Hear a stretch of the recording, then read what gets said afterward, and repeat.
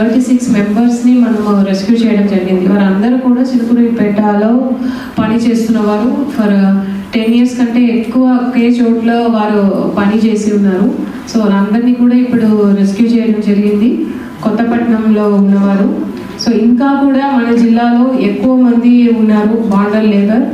So దాని గురించి ఒక అవగాహన, ఈవెన్ మెనీ పీపుల్ ఇలా ఇప్పుడు ఉన్నారు, ఈ టైంలో కూడా బాండర్ లేబర్ ఇలాంటి ఒకటి జరుగుతున్నది అన్నది కూడా ఒక సెన్సిటివిటీ అనేది మనకు తక్కువ ఉంది. సో దాన్ని పెంచడానికి ఒక అవగాహన ఉండాలి అనే ఉద్దేశంతో ఈరోజు పెట్టడం జరిగింది. I request all of you to listen to the ఒక ½ an hourలో అన్నీ కూడా డీటెయిల్డ్గా మీ అందరూ కూడా చెప్పడం జరుగుతుంది.